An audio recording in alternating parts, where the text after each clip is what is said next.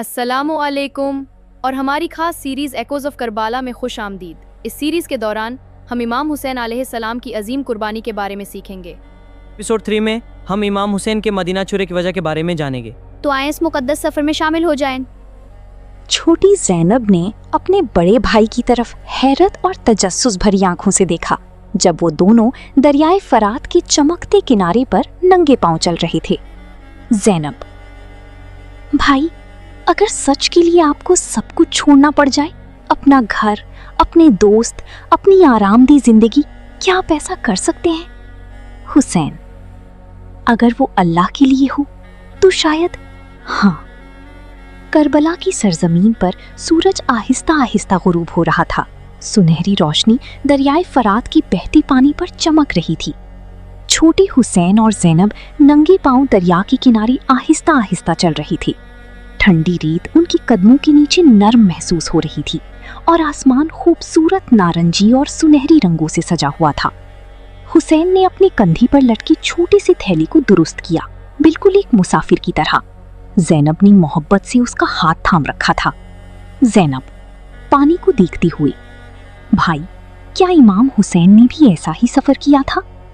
حسین رک کر دور دیکھتے ہوئے: ان کا سفر صرف ایک سفر نہیں تھا زینب، وہ ایک مشن تھا، سچائی کے لیے۔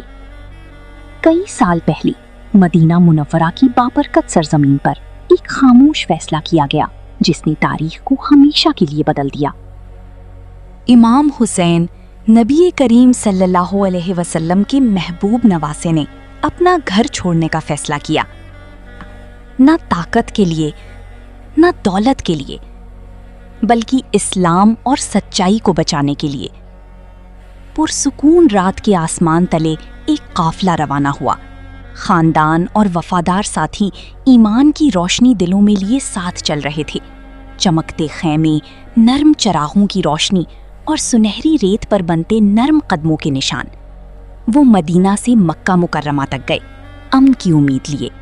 کوفہ کے لوگوں کے خطوط آئے مدد اور رہنمائی کی درخواست کرتے ہوئے، لیکن جیسے جیسے وہ کربلا کی طرف بڑھے راستے بند ہونے لگے۔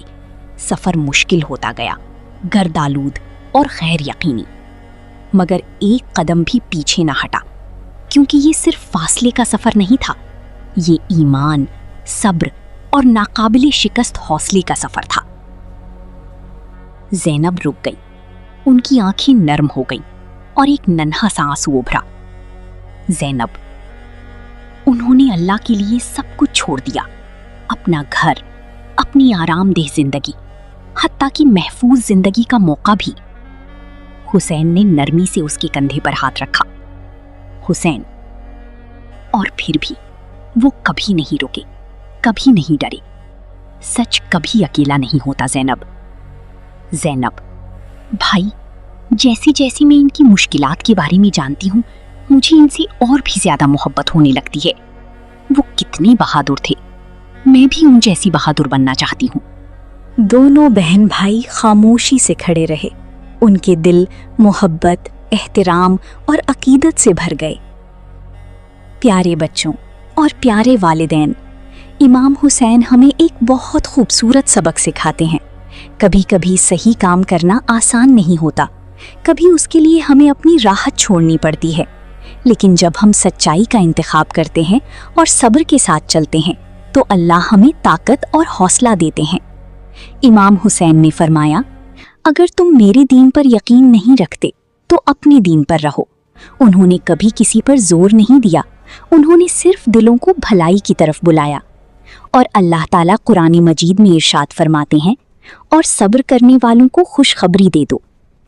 تو جب بھی زندگی مشکل لگے، اس بابرکت سفر کو یاد کرو، سچائی کے لیے اٹھایا گیا ہر قدم اللہ کے قریب لے جاتا ہے۔ حسین اور زینب نے نرمی سے ایک دوسرے کا ہاتھ تھاما۔